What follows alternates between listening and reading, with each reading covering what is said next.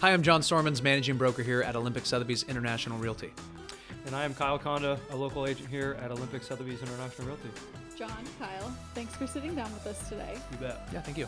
Tell us, why is 2025 a good year to buy a house? Well, thank you for having us. I think this is going to be fun. So I think in order to answer the question about why this year is a great year to buy a house, we have to rewind time a little bit and do like a little bit of history about what has happened, and this more geared towards first-time homebuyers.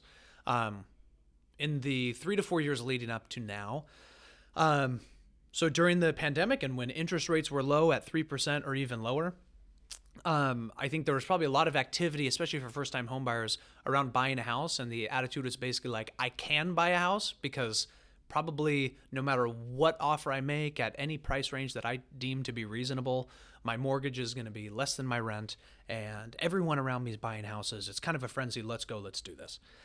And the market environments have changed a lot from then till now. Inventory is continuing to remain lower than normal. And now, although I don't know that I classify interest rates as high, there are 3 to 3.5, 4 times higher than they were then, now in the 6 to 7%. So for first-time homebuyers that weren't of age or weren't ready to go, 2-3 years ago, and are now saying, okay, I think we're getting to that stage, we're ready to buy a house. Maybe they have some questions around whether this is good timing, and ultimately our belief is that we can't control the market, we can't control interest rates, but we can definitely set a plan, and we do believe this is a great year to buy a house. So I think starting off the conversation of why 2025 is a good year to buy a house. To piggyback off that, when I got into the business, it was just after COVID, and I meet John, and all of a sudden I was like, is this normal? Houses are flying off the shelf. I don't know what's going on. The inventory was just over 100 homes in all of Thurston County, which is obviously extremely low. And for myself being a new agent, I was like, this is crazy. Mm-hmm. So looking back on the couple of years, inventory has picked up. It's still in the mid 4s. But I would say for buyers now, it gives them, if they want to go look at the home for a second chance, they potentially could. And it gives them more time where they can make an educated decision on if this is what they want to pursue, especially first-time home buyers that I've worked with in the last few months, where we can look at multiple homes. There's not 10 offers on one home versus, the post-pandemic where things were just flying off the shelf. Well, remember when we were at our Ninja conference a month ago, just at the beginning of January, and they talked about the percentage of people that bought in the pandemic that were unhappy with their purchase. Do you remember that? Mm-hmm. Do you feel like, let's say the first-time home buyers you've worked with in the past 6 months, that maybe they're paying a little bit higher prices, and then definitely, obviously, they have higher interest rates. Do you feel a sense that they feel good about the decision and they were able to actually think it through and are happy with the decision they made? Absolutely. Every time I'm working with first-time home buyers, my biggest thing for them is to really educate themselves and try to make the right decision and not jump into anything. So if we have to see 25 homes before they make this decision, then I think that's the best situation for them. Like I said, I just worked with a couple, and they were ecstatic about the decision they made because they had some time to think and dwell on it and talk about their financial situation, talk about their future, talk about what they wanted, and make this educated decision for the both of them on kind of a long-term aspect. And so yes, I do believe that in today's market or today's world of real estate, that it does kind of tailor a little more toward first-time homebuyers in comparison to obviously post-pandemic, where it was very hard for first-time homebuyers to buy a house, especially if they were getting a loan. Yeah. Well, like there's a frenzy, there's FOMO, there's all my, people around me are buying houses. Some people are buying houses and then selling them 6-8 months later and making money. And you feel like, well, I'm missing out on that too. So it's like this is a more normalized market environment, which we believe is a very good thing for all involved. Mm-hmm. I think ultimately, when we think about the question like why we believe this is a great year to buy a house, it comes down to the fact that we believe in home ownership and like the power that has for people moving forward. We're starting the year. Here we are in January, end of January, beginning of February. We were excited for the first-time homebuyers that we're going to be working with. Maybe there's some of which we don't even know who they are yet, and we're going to cross paths here in the next 12 months, and it's going to be an awesome year for them to buy a house.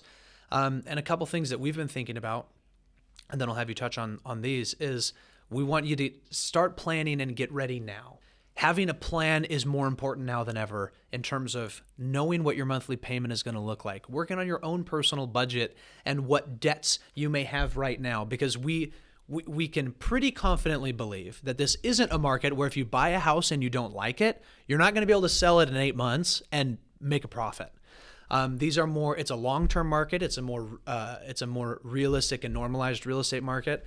And in some areas, it's a more expensive real estate market. And so I know that you've had awesome experiences with people that have worked and lived around, we're in Olympia, but any different place, this goes for any area where there's a more urban center. And then there's areas outside that are fantastic, where people have been getting great value and are owning homes and incredibly happy with the more methodical decision they made, as opposed to some of the frenzies from a few years ago. So For sure. yeah, tell us about that. Worked with some first-time homebuyers in Elma, about 30 minutes from Olympia. I had them speak with the lender and to get pre-approved. And, the biggest thing for them was, well, we can afford X amount, but it doesn't fit within our budget. Kind of getting educated on that entire process where it's like, okay, I can afford this, but does it really make sense for us, on a monthly basis, especially when this is our first-time house? And so kind of the planning, like John was talking about, of just making sure that, no matter what home I buy, it fits within our monthly budget, even though I could purchase something that's a couple $100,000 more. So kind of what you talked about, just making sure that Like lifestyle. It's a lifestyle choice, but it's like this is a home, this is a great investment, but it has to also fit within your guys' budget. Oh, totally. Yeah, and because ultimately buying a home, it improves your life by almost any metric.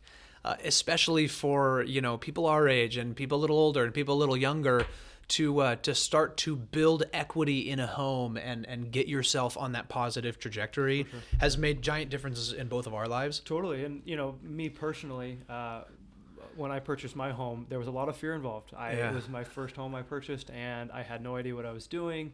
And you weren't a real estate agent at the time. I was not a real estate agent. I had no clue what was going on. You know it to a T. And looking back, it's one of the best decisions I've ever made, and I'm very grateful for it. And I want to take that experience that I had personally and be able to share that and help other people do that same thing. Yeah.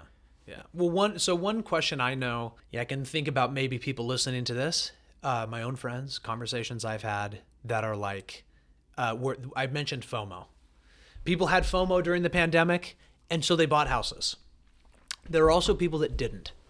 And maybe there's a question now where they're asking themselves, oh, did I miss the boat? I would have been great. I would have loved to have bought a house in 2021 when rates were low, and then I'd be good. It'd be great. Everything. Yeah. But since I didn't, I guess it's just, I'll just have to sit here and pray for the market to drop or pray for interest rates to come down. And ultimately, my message, I know it to my core, we cannot control those things. Go ahead.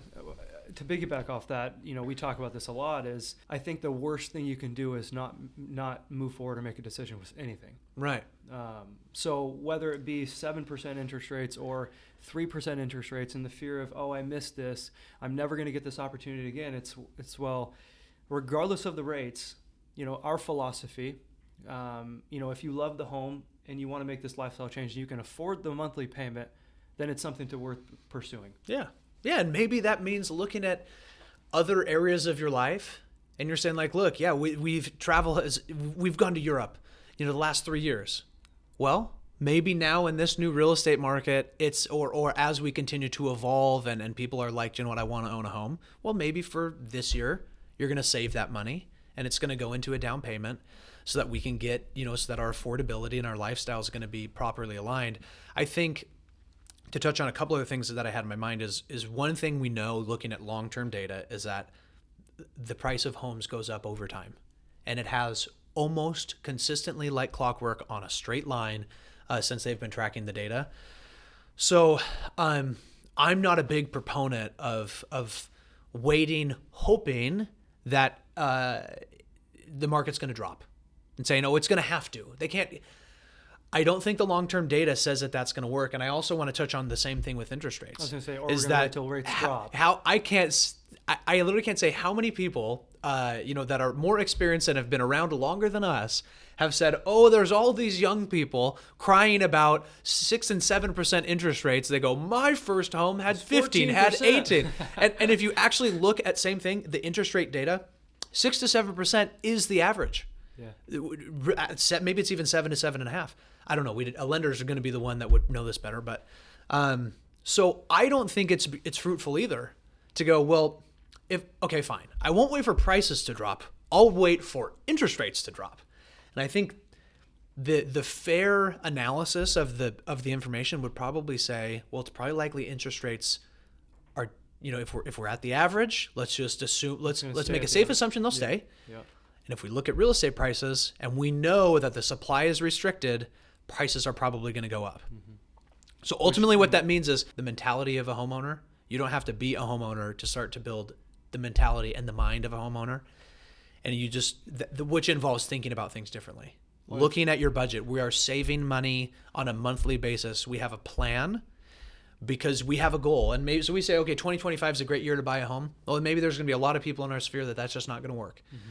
But we can start to have the mentality of a homeowner today, and so that maybe in 2027 we'll be ready and we'll actually be financially ready to make the decision. Well, it's like regardless of if they can or cannot, it's still putting a plan and a process in place. Yeah. Where it's like if it's not 2025, then it could be 2026. Great. But it's just like getting to, we talk about this all the time, and it's like, well, you keep kind of focusing on that, and whether you call it brick by brick or piece by piece, over time, like we said, it compounds, and this is the same exact thing where you're going to put these things in place to try to be a homeowner at some point, and it doesn't have to be this year, whether it's next year, but it will come at some point. Yeah. Or it can come at some point. So we're talking a lot about first-time home buyers. We're talking about budgeting.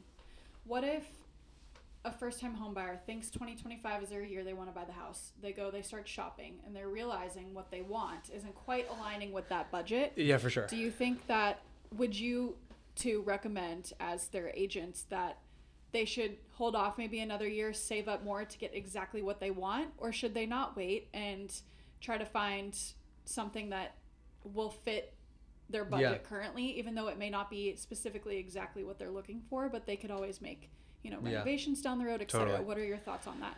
I've dealt with this exact situation probably more times than I realized in the moment, if that makes sense. Like there were probably times that I was in the middle of it, I didn't see it, or maybe we didn't communicate about it properly. So I think the first thing, no questions asked, is communication. Communication between that buyer or those buyers, their agent, and their lender openly about this dilemma. Well, and making sure everyone's on the same page. Yeah, because I think that answer varies dramatically depending on who the person or the people are, their life situation, their wants and needs. Their goals, their potential, where their income is at, where their career is at, what direction it's going. I think for some people, this is why the communication is so key, and the relationship. Like we simply just work in a relationship business. And when we have the right relationship with a client, we can help them unlock the underlying truth to this question, which is for some folks, it might be that nudge to say, look, maybe even though that house or that price or that whatever feels uncomfortable right now, I can tell you one thing. I don't know anybody that's ever bought a house that wasn't nervous. And then that first mortgage payment, I remember my first mortgage payment, $1,700, and I knew for a fact, I'm like, this is so scary. Oh yeah. So scary. I can remember it like it was yesterday. Oh my goodness. So that's normal. And so for some people, I think it actually is that maybe are a little afraid or whatever. It's helping them feel heard, feel understood that that's normal, and be like, but look, I know that you guys are planning on having a family, and it's probably not going to work great if you want to have 2 or 3 kids to have, a 2-bedroom, 1 bath on the west side. And I know you want to buy a house right now, but I don't think this is a good decision. So maybe for those people, it's either keep where you're at, save another $50,000, over the next 18 months that we can buy something that's actually going to work for the family. Or if you have the money now and it's a bit of a stretch, it's better maybe for that client in that moment to go for it, knowing that they are going to be okay. We know they're going to be fine, versus settle and then just basically kick the can down the road 3 more years. Okay, these kids are growing. Okay, now we've got, they're sharing a room. This is these problems that you and I know are going to come up. Yeah. Well, and I think to sum up a lot of that, I think the biggest thing is, at the beginning of this process, whether it's a first-time home buyer, whatever it looks like, is transparency and complete honesty with the communication, from us agents and also to our clients about, hey, this may not be the right house for you, and that's okay. Not making it about us, but truly making it about them. Where if we got to see a bunch more houses, that's totally okay. Yeah. And that's where, obviously we relate really well with that. And for example, Elma, I helped with some first-time home buyers there, and we got under contract with the first property, and we ended up terminating just because I was completely honest with them and said, I don't think you guys should buy this house. And I said, if you guys were me, I would definitely not be pursuing this. Because it was like a money pit. Inspection inspection, money pit. There was a lot that needed to be done. It was an older home. And, I was just trying to educate them and be truthful and transparent with them. And so we terminated. We ended up finding a better home, and they're very happy about it. And so I don't think the price point was different either. No. As we are growing in this office and we're having a lot of cool training and I see a lot of good things happening, understanding our position as a trusted advisor, we don't sell anything. We have no product. We're I don't just like sales. Yeah, we both don't. We both actually hate it.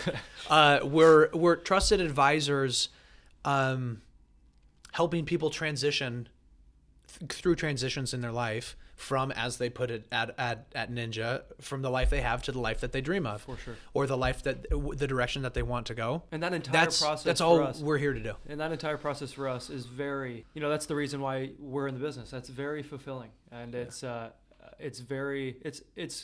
we're grateful to be able to help people with that entire process of it. To where, like I said, the biggest thing is this is where they are and this is where they dream about going. It's like, okay, then what can we do to help you get there? Period. Yeah. Well, that's the fun answer to if the question is, why is 2025 a great year to buy a house, or is 2025 a good year? We can almost ask the question more pessimistically. Is it a good year to buy a house? And really the question to ask back is like, is it a good year to go after the life that you dream about? For sure. I can't. Yes, 100%. It's a good, and it's a good day. It's a good year. It's a good life to go after the life we dream about. And I think that's more important than just focusing on how's the market, how's the interest rates. Yeah. Or it's like, okay, what's the why? Let's figure out the why, and then let's go from there.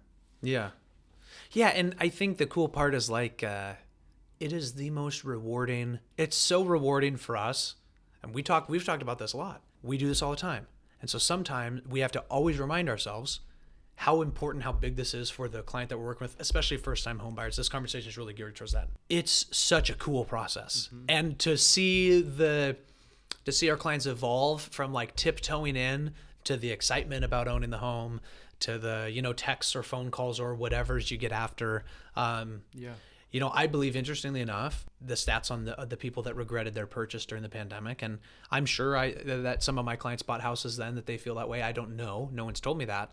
But that's almost like, as the trusted advisor, that's our standard, that people are going to make a decision that they love and that they feel great about. Well, that's what's most important. Yeah, that's the best. Based on that, the experiences that I've had recently with some first-time home buyers kind of almost put a new lens or perspective for myself, where I'm attracted toward first-time home buyers just because of the fear, the unknowns, and for me be able to kind of just walk them through this entire process, because I've been there and it was not easy.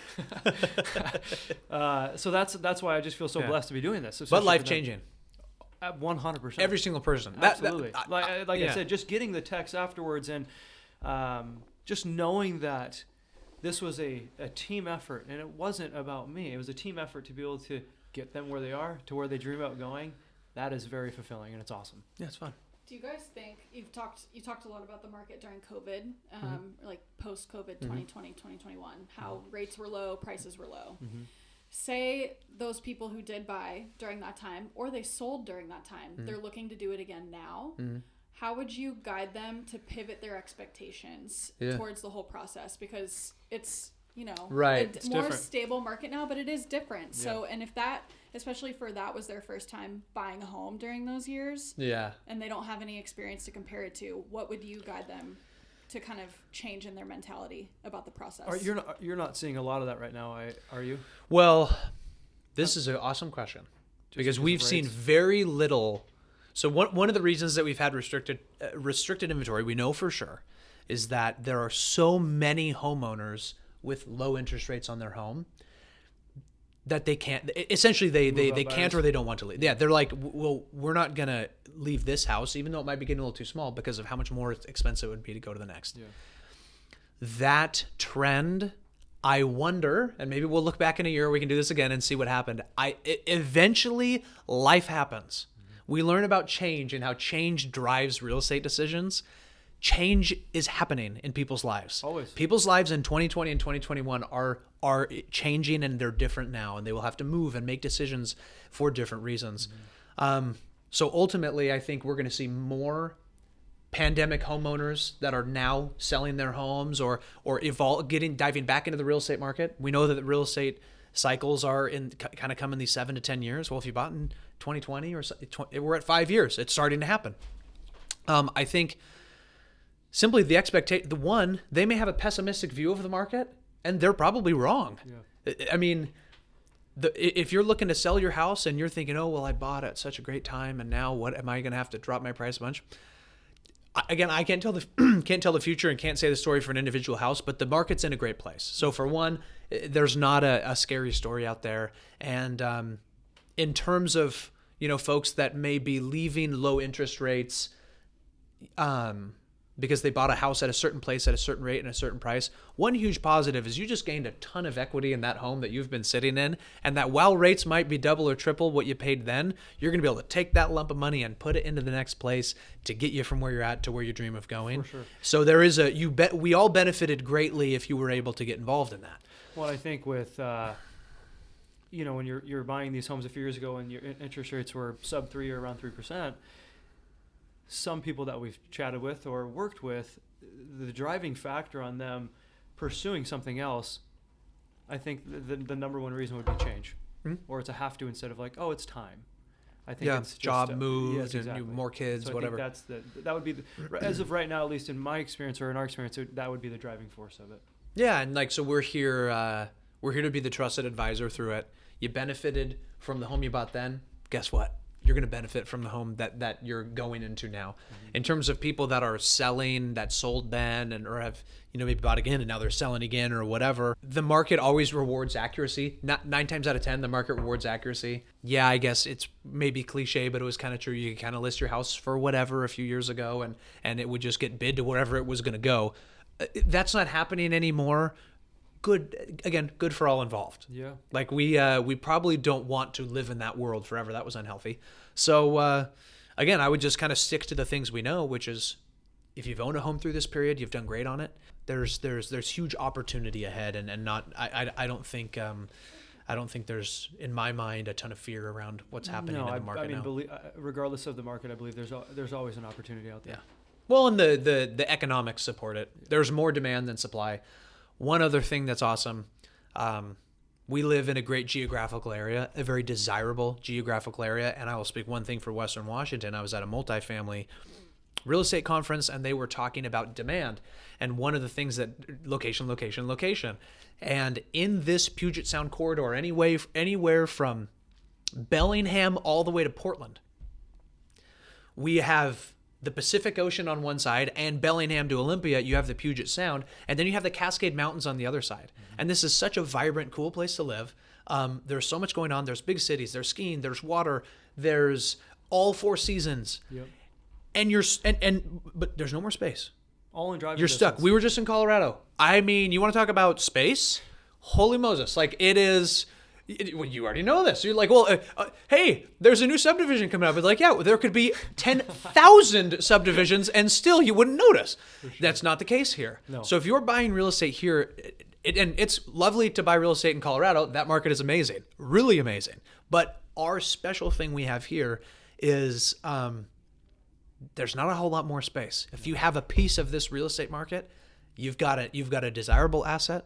I believe it's becoming more desirable over time. And location. We love these locations. I know that is true. Yeah. And from a personal experience, I grew up here, born and raised right here in Olympia. And right after high school, I went off to college, moved to Southern California, and then Montana. And I was like, I don't want to live in Olympia anymore. I don't like it. Yeah, like so many people grew up here. Yeah. And all of a sudden I'm back and I'm like, why did I ever leave? Yeah. It is, especially leaving and coming back, it is a special place to live in. It's home. Yeah. It's home. Yeah, and whether that's here, that's 2-3 hours north. Yeah, that's out on the coast ocean shores that we're going to tomorrow. There's so this many is a very pockets as well. And yeah. just in this whole Puget Sound area. Yeah, Oh yeah, and like I mean, shoot, our urban communities are awesome. Our rural communities are awesome. It's good people. There's demand across all markets, sure. Yeah. whether it go from condo to waterfront to property to the neighborhood houses in the neighborhood right by our office. I'm yet to see a class of real estate that doesn't have demand in this location that doesn't have demand higher than supply. Yeah.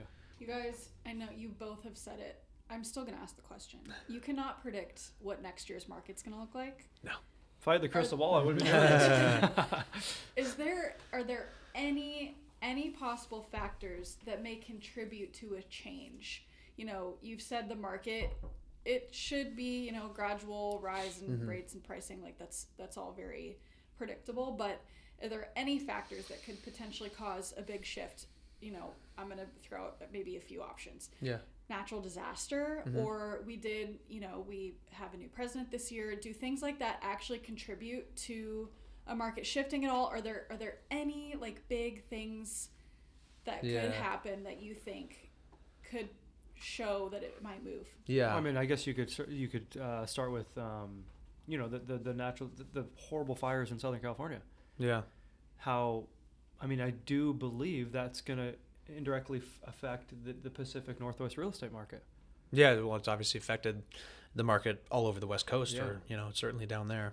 I don't know what they would be. I think that ultimately the underlying forces that make this place desirable, that are causing the reasons why we all love living here, those far outweigh anything else that's going on in the world around us. So while whether it be a tragic disaster, whether it be a political shift or change, or whether it be whatever the news might tell us may be affecting our lives going forward, ultimately what drives the real estate market and the real estate market around here seems to be the fact that people really are enjoying being here. Anecdotally, I don't see that changing. So I think no matter what happens in any of those, with any of those things, maybe there's little bumps in markets and little things happen and sentiment goes one way or another. The overlying or the underlying trend is people want to be here. Yeah.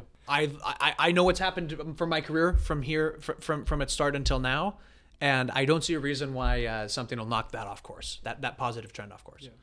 It's just, like I said, I mean, to wrap this whole thing up for us, just going back to the philosophy on everything, and especially tailored toward first-time home buyers. And the biggest thing is, obviously there's a lot of fear involved, but that's why we're here. We're here to help, and we're here to walk everybody through the entire process and be their trusted advisor. Yeah, it is a beautiful year to make a plan and start to work towards your goals, your aspirations, and your dreams.